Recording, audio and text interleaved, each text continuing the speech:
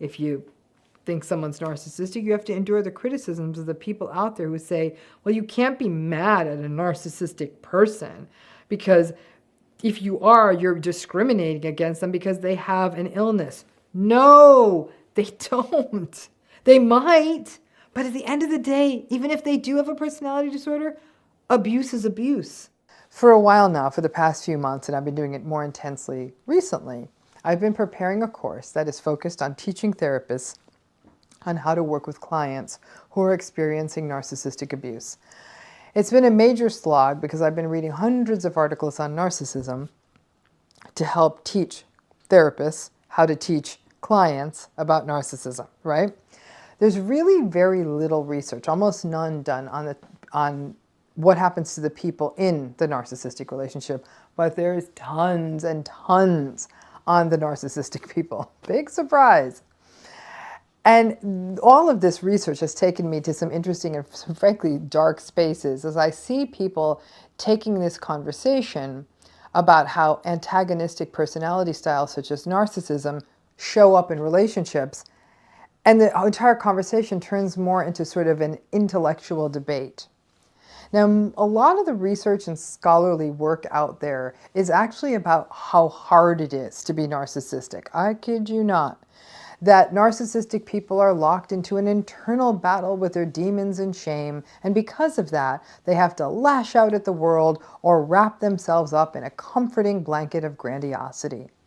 After all, they've been through stuff, and they have been through stuff, and yeah, maybe their parents protected them too much or indulged them or ignored them, and now they resent that they can't do stuff themselves. It's not untrue. It's a terrible legacy to have a narcissistic personality. You have no ability to have a truly healthy relationship. You always feel like people are out to get you. Narcissistic people frequently envy other people and covet their lives. But I gotta say, in the same breath, it's not all bad. And the narcissistic folks take that arrogant and bombastic style of theirs and their variable empathy that goes up and down as it suits them, and that drive they have to be the best and the top and the one in power, and they end up making a lot more money than the rest of us, or they just betray us and take advantage of us in the workplace, or just take advantage of everyone, which they feel entitled to do. But yep, most of this literature is not about all that good stuff. It's mostly about how much the narcissistic people suffer, but not about how the people in the relationships with them do. And sometimes there's a sentence at the end of these articles that makes reference to how these relationships might take a toll on other people, or in clinical jargon, we'll say, cause social impairment. Gotta say, I think that misses something big here. The actual suffering of people in these relationships. And yeah, that's most of you. People want to understand, anyone who's ever been through one of these relationships wants to understand how someone who claims to love them, who may be ostensibly successful, who sometimes turns it on and convinces us that, yes, this is okay, and then boom, just as you need them, or they're having a bad day, or your needs are not in alignment with theirs, it all falls apart, and this feels awful. But it's more than just you feeling awful. It's the breaking you down, the stealing your voice, stealing your sense of trust in yourself, your identity, your sense of perception and reality. Because of this treatment, you're anxious, you're on edge, you feel like you're not enough. This isn't just social impairment. This is often straight up devastation for people who have experienced narcissistic relationships. Again, after months steeped in this really scientific, technical, and clinical literature, I can see how the narcissistic people are the ones who are actually pulling for all of the clinical curiosity and care from people who are trying to devise better treatments for narcissism. But the group that is being left behind are the ones who are actually suffering in these relationships. When we turn this into an intellectual argument and talk about the structural dynamics and the way that the narcissistic personality works and what they are warding off and their shame and all the rest of it, we simply miss the real raw emotion of what is happening to people in these relationships. It's as though Oh, come on. Now that you understand how the narcissistic person works, don't be so bothered about it. It's like being mad at a mosquito, right? You know that the only reason the mosquito is biting you is because the little guy just needs some blood, so it sticks that pointy, bloody thing, blood-sucking thing into you and makes that whistly sound. It's not personal. It's just how that mosquito survives, right? But it's not that technical, and this isn't a mosquito. Ironically, lashing out at you and manipulating you and controlling you is how a narcissistic person survives, I guess, psychologically. That person also sometimes is nice. Narcissistic folks are part of our life histories, and ultimately, while you knowing the dynamics is important so you don't blame yourself and can be told that just because the narcissistic person doesn't value you and the things that you are and care about doesn't mean that they aren't valuable. Remember that. Those things about you are, even if the research doesn't want to highlight what you're going through. The idea of the person who's harmed by the narcissistic relationship at best being an afterthought in these conversations enrages me. And after reading hundreds of pieces of research, it's true. There is no accountability of the harm that these relationships cause. It's as though the prevailing wisdom is to learn to live alongside them, like the mosquitoes. But the public health folks actually at least know that the mosquitoes are not good for us, and so they tell us to wear bug repellent or avoid being outside certain times of the day or make sure that there's no standing water. I guess the equivalent of that for narcissism is that we disengage and cultivate other sources of support. But we don't talk, at least not in the scientific and clinical literature, about how to teach clients how to protect themselves from these relationships. But turning this into a structural and mechanical conversation about narcissism misses the very real and lasting harm that these relationships have on people. But the folks who talk about the harm of narcissistic abuse are actually far outnumbered by the people who talk about the myriad tiny things that make up a narcissistic person. Listen, I get that all these well-meaning researchers' ultimate goal is to see if we can change the narcissistic people. But I gotta be honest, I don't see that as a realistic short or midterm goal. But in the interim, as they figure out ways of doing therapy with the narcissistic folks, this is an acknowledgement that the lifelong or short-term pain of these narcissistic relationships is real.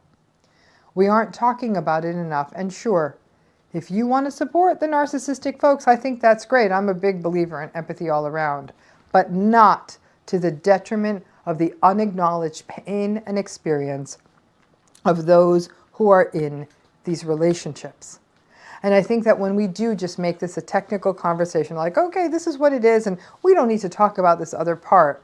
After reading so much of this research, I have to say, it is no wonder that this field is doing very little to protect people experiencing narcissistic abuse.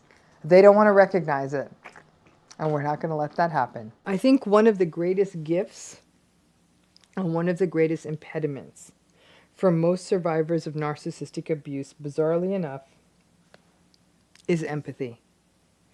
It's a gift because empathy is good. It fosters social connections. It's good for the empathy haver. It's good for the empathy getter. It's good. Sadly, with the mess the world is in today, empathy, which is so desperately needed, it also places people at risk for toxic relationships because the toxic people take advantage. They take advantage of the empathy, they capitalize on it, but despite that, even despite that, empathy is good. Like I said, until it becomes a risk. One thing we know about narcissism, and it's a tough pill to swallow, is that a goodly chunk of folks with narcissistic personalities, they themselves didn't always have easy backstories. Narcissistic personalities are sometimes a result of early developmental environments characterized by chaos, trauma, abuse, neglect, disruptions in attachment. It's messy, right? Some have argued that the narcissistic personality may simply be a post-traumatic presentation. In some, but obviously not all cases, this may be true. However, we also know that a decent subset of folks with narcissistic personalities were also simply raised to be a-holes, deeply indulgent and entitled parents, every one of their whims engaged, their parents protecting them from any discomfort in their lives, getting lots of stuff, lots of you're the best and there's nobody better than you and isn't my kid so special. But even in those cases, because a lot of kids these days do grow up like this, it's usually the combination of the overindulged kid who still has parents who are only interested in them when it works for them or it's Instagrammable. And these parents are often nowhere to be found when the child needs something other than a new car or a photo op. Every single narcissistic client I have worked with in therapy, and I've worked with quite a few in the years I've been doing this, had, I have to say, some form of problematic, crappy backstory. But the fact is, most of us do. And I empathized with it. I really did. But I also didn't feel, and I let them know this, that it didn't let them off the hook for their terrible behavior in present time.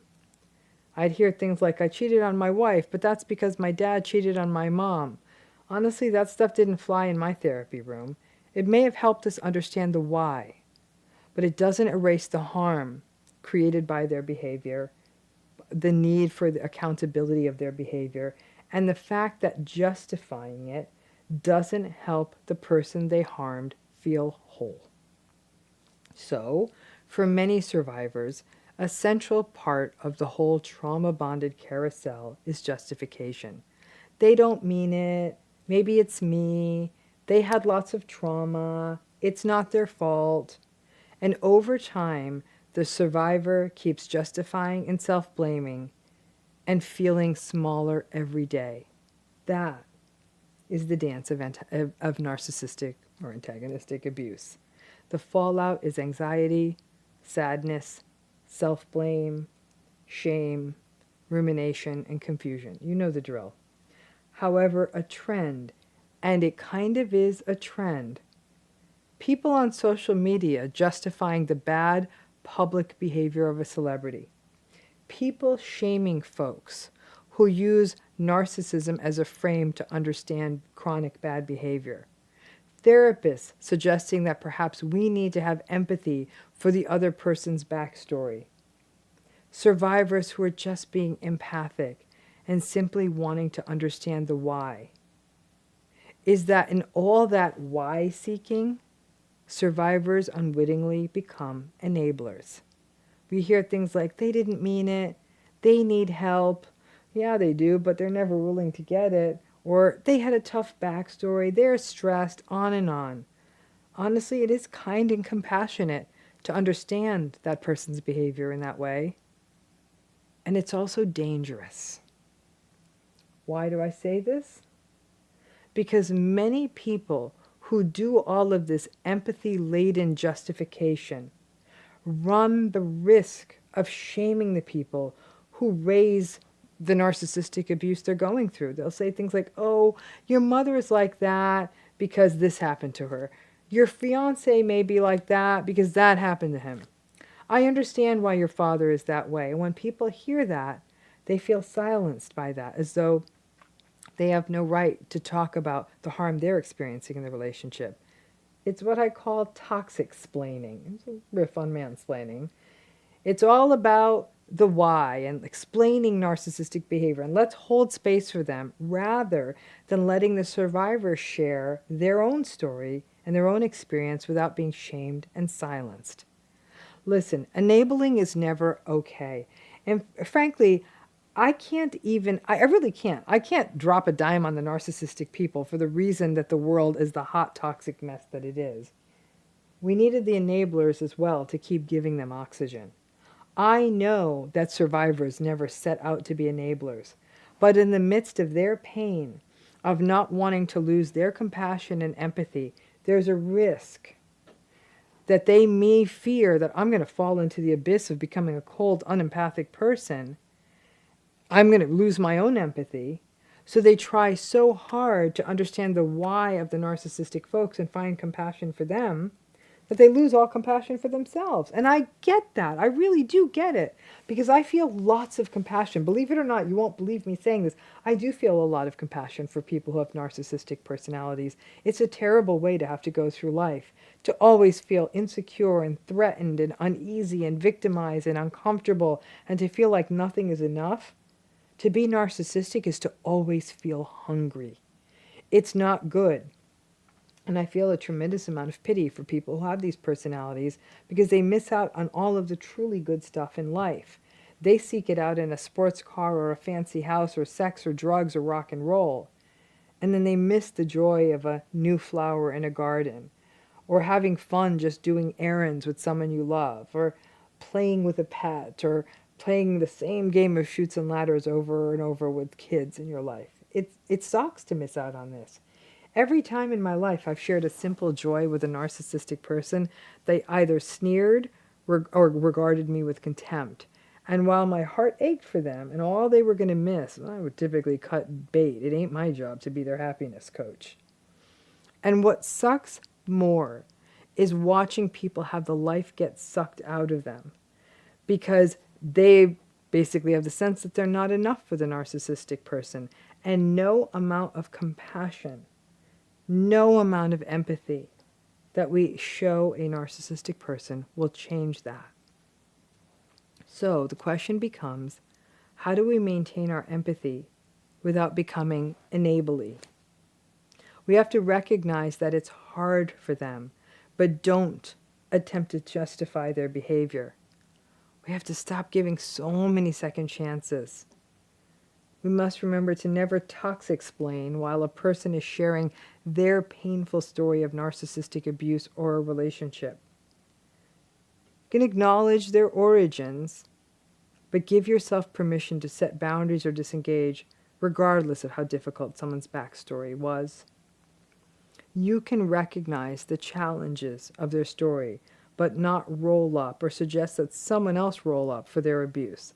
That's the key. Compassionately acknowledging their experience and then keep on walking. Now, that's not the story that antagonistic, toxic, or narcissistic people like. They want you to acknowledge their pain, and they want to use that as a get-out-of-jail-free card to keep behaving badly. And everyone's saying, oh, they're going through something, attachment issues, tough backstory, enabling story, you know the drill.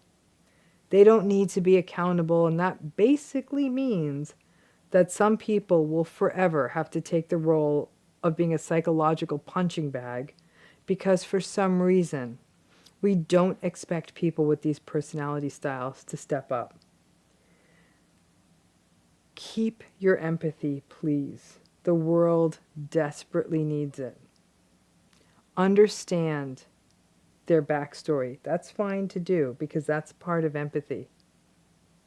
Give yourself and others permission to disengage from toxic situations because that is empathy too. We are in a world that appears to be polarized into either woo-woo, can't we all get along, or emotional abuse. It's time all of us started charting a course for the middle.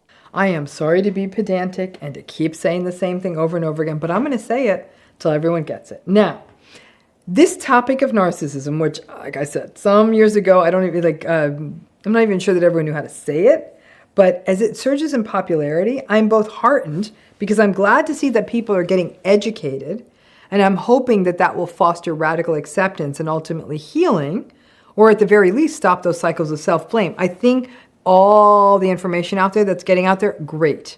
But that said, every day I see so many inaccuracies. So I'm going to go back and be old school professor here for a minute, and let's review this again. I've talked about this on this channel before, but I am struck by how much inaccuracy there is, and I think TikTok is probably the worst offender. It's the most rife with it. So I do feel that from time to time, we do need to have a refresher for anyone who is new to this party. So let's take it from the top. All of us have a personality. You, me, everyone. The narcissist has a personality. Their personality is narcissistic. Though if you really want to be accurate, their personality could be described more technically as antagonistic or disagreeable. Personality is not unidimensional. Think of it as a cocktail or a recipe, multiple ingredients that come together.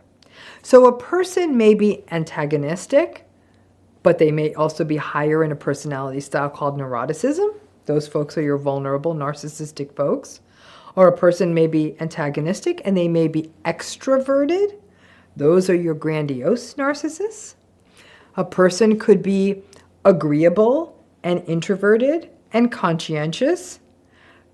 That's a nice personality style. I'd like to think that's me. I'm not a very fun party guest, but I will help with the dishes with a smile on my face. There are dozens and dozens of personality designations out there, and they're like ingredients. We mix them up, right? And there's infinite numbers of ways we can mix them up. There's infinite numbers of personalities out there, and they add up to each person's overall personality. We take these strands of personality and braid them together. Nobody is just agreeable or just antagonistic or just disinhibited.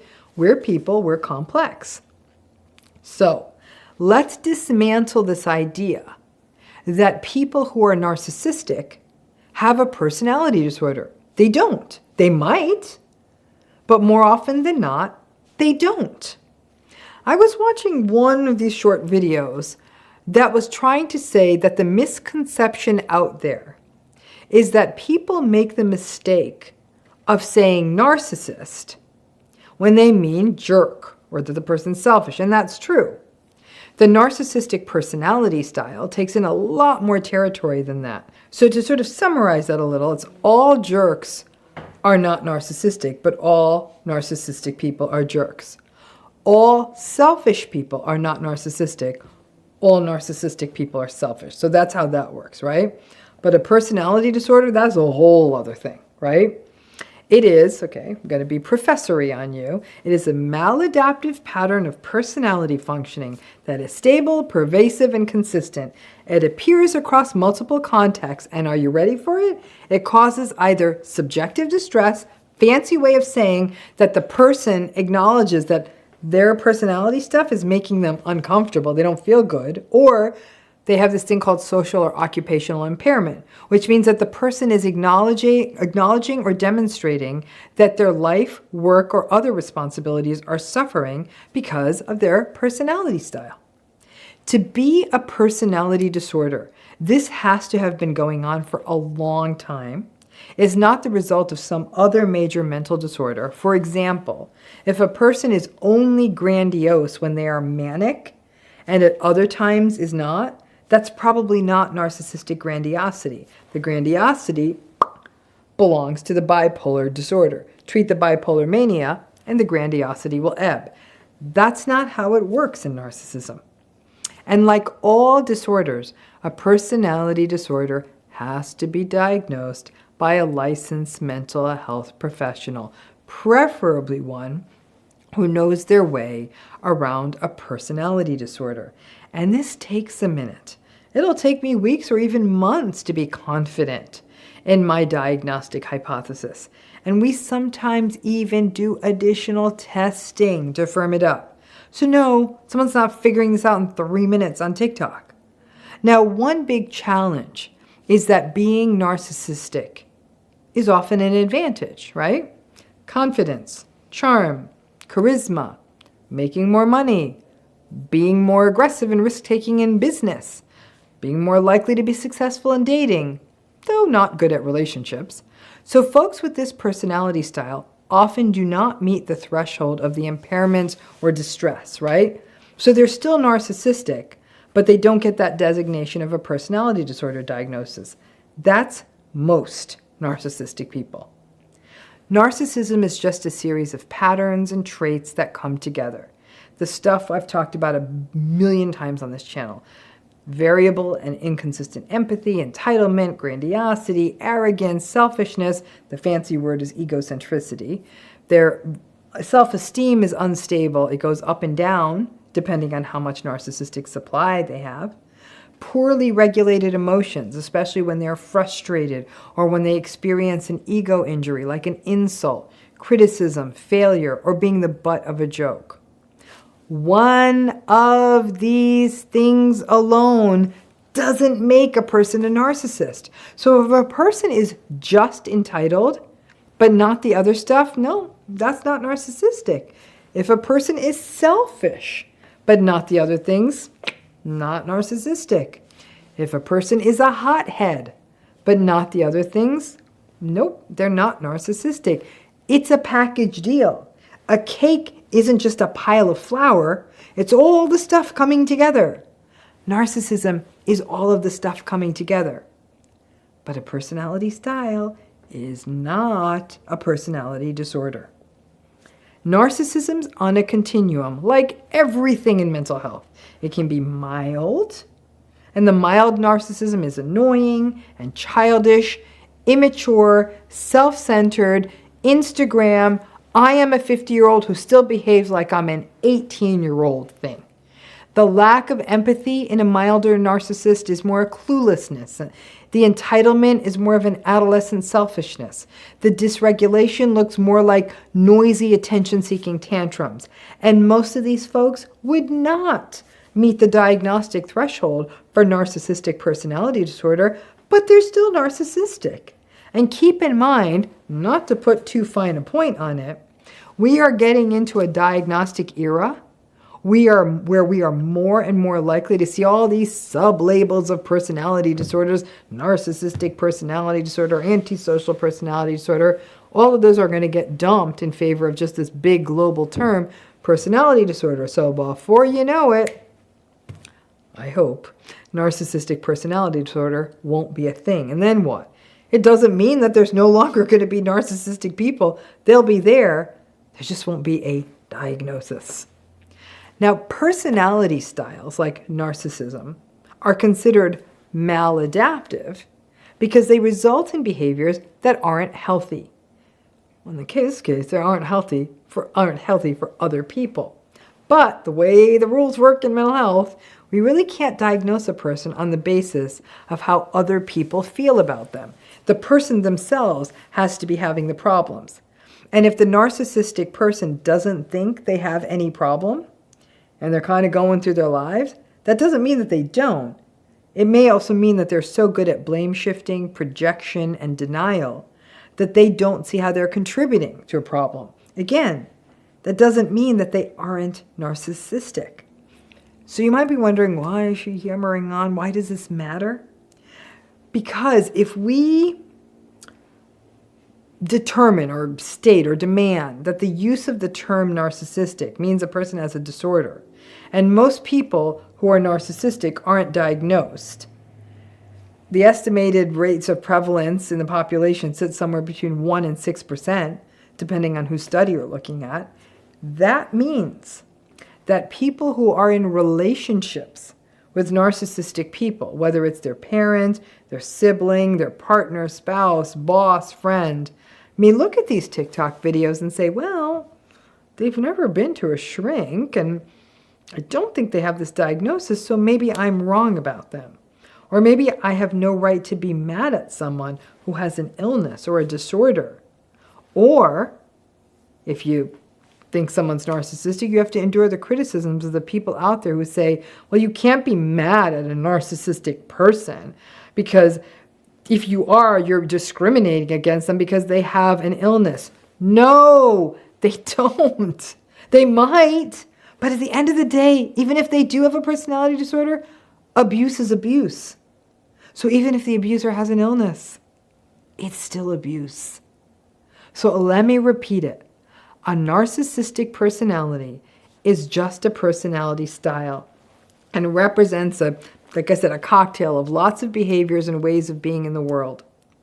Just as agreeable people are warm and empathic and accommodating and humble, Disagreeable slash antagonistic slash narcissistic people may seem charming and even empathic initially, but over time, you will find that they are inconsistently nice, selfish, entitled, arrogant, all of it. It's just who they are. And narcissism is just one part of a personality. A narcissistic person can be extroverted or introverted or neurotic or conscientious or disinhibited or open to new things or closed off to new things. Narcissism is just one strand of many that form a person's personality. But narcissism is like the banana in the smoothie. It's the flavor that's always going to stick out. But if you're in one of these relationships and trying to figure out the confusion, a great place to start is to make sure you have your facts straight. Narcissism's a personality. It's not a disorder. And most people will never spend enough time in therapy or being evaluated to find out if their narcissism is a personality disorder. And remember, even if it doesn't, a person can still be narcissistic without a diagnosis. Can't make this point strongly enough. If you're going to watch the content, let the content be accurate. Have you ever had someone say to you, in the face of bad behavior, "Oh, that's just our culture. In our culture, men make the decisions, blah, blah, blah. That's our culture. Oh, people just don't talk about our emotions, about their emotions. That's just our culture. Oh, I know that she always says things that feel abrupt or mean or feel like an insult, but sometimes they don't always feel like they need to say nice things to you because in our culture, we aren't supposed to say nice things about the children, even though other people in your family are saying perfectly nice things about their children." Or, "I know it seems like boys are given more opportunity and freedom. Please understand, it's just our culture." Now, enabling, as I've said over and over again, may be as harmful as the narcissism itself. In another series, we've been reviewing the types of things that enablers say. But what about the different types of enablers themselves?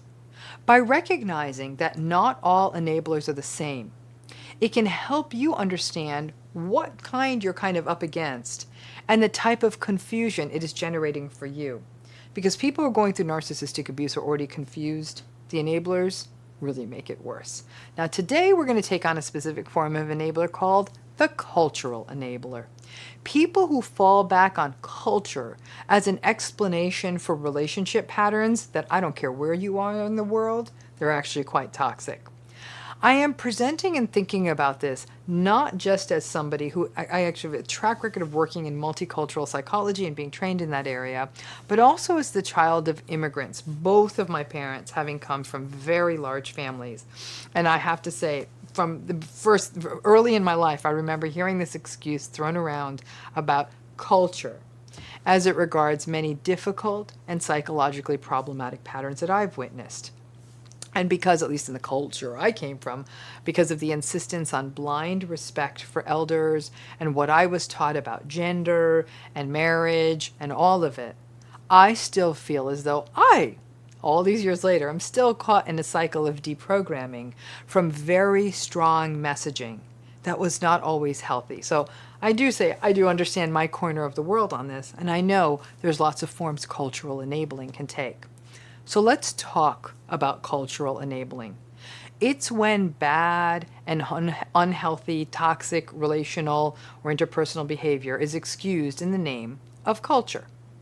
The most common themes include issues around gender roles, the role of emotion, sustaining low expectations about relationships and people's behavior in relationships, and false ideals around collectivist ideas. For example, the idea of protecting the family above all else. We don't want anyone to know our business.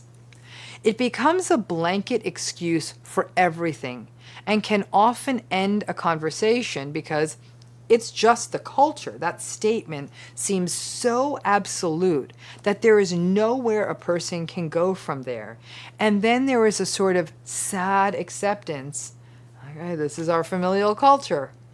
It can foster a pattern whereby a person within a family is never heard, and this can actually get downright dangerous in patterns such as domestic violence or child, elder, or dependent adult abuse, where we can see that violent, aggressive, or abusive relational behavior may be excused as, well, it's just the culture. Culture takes in a lot of territory. In my case, culture relates to country of origin issues, but culture can tie into race, ethnicity, nationality, religion, the region of a country that a person lives in, language. And not only can these variables all mix up with each other, they can also mix up with other stuff, including gender, sexual orientation, social class, acculturation, age, and that's why this gets very complicated very quickly. Cultural enabling also gets quite complicated because it can also frame the generational issues, which we often see in narcissistic abuse. And these can relate to migration, immigration, and massive differences between generations. For example, conditions in a person's parents' childhood may have been quite difficult. And there may have been, for example, if they immigrated from another place, there might have been a very difficult acculturation and assimilation process. People may also see the sacrifices that prior generations made, for example, in the pursuit of a higher quality of life for their children or for themselves. And that can make the enabling far, far worse when things get said like your family member, I don't know, mother, father, whoever, who you may experience as being very narcissistic, oh, your family member had a really harsh childhood or a difficult time adjusting when they came to this country or whatever it may be. That cognitive dissonance, it just blows up inside of you. And you may find yourself justifying their behavior, and then the cycle continues, and often continues to take a toll on you psychologically.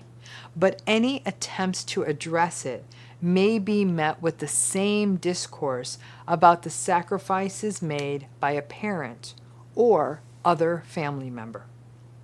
Now, cultural enabling can definitely foster cognitive dissonance, justification, self-gaslighting, and even leave you defending the toxic patterns in a family of origin to other people. It's just our culture. And the risk of that is that you may replicate these cycles with the next generation and adopt the child rearing and relational patterns you observed wholesale because they were so strongly and unquestioningly reinforced by your extended family and even the community in which you were raised.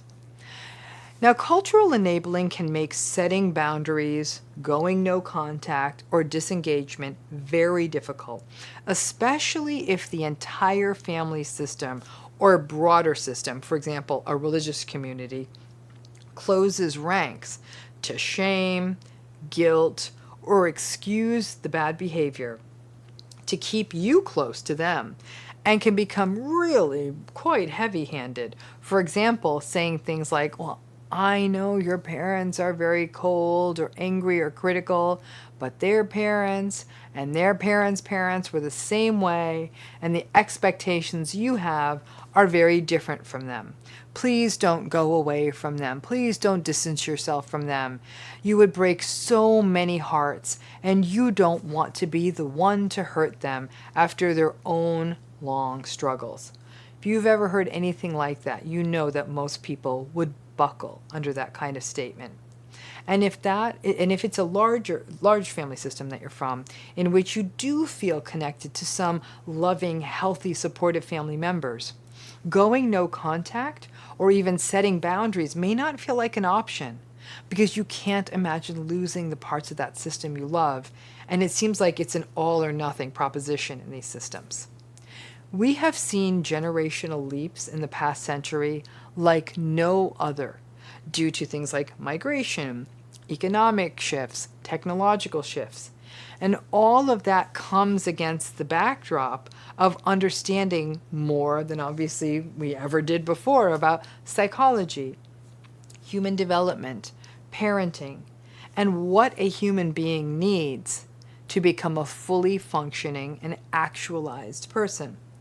These huge generational gaps are really difficult to bridge, and some of the issues facing earlier, older, generations, especially when it comes to more painful reckonings around race, trauma, migration, and discrimination, are very real, and yes, did result in shaming of the emotional worlds of the people who experienced all of those things. The big question becomes, how do you balance empathy against being a punching bag? How do you preserve your cultural awareness while not pawning yourself off in the name of prior generations' suffering, and then subsequently perpetuating these intergenerational patterns? Part of the answer to that question is about being aware and finding some kind of middle ground without losing yourself. It's also not your responsibility to be the singular psychological educator for an entire family or cultural system. We do know this, though. There are certain fundamental tenets of healthy relationships: empathy, compassion, respect, reciprocity, mutuality, being present with someone, being able to regulate ourselves, being self-aware, and treating people from a place of equity. And regardless of any of our backstories, we can get to that healthy place. For some, it's going to take way more work than for others. It can get confusing when a family uses culture as a way to protect a narcissistic abuser, this idea of, well, we're a family and we have to stick together, rather than validating the experience of a person in that system that is being hurt.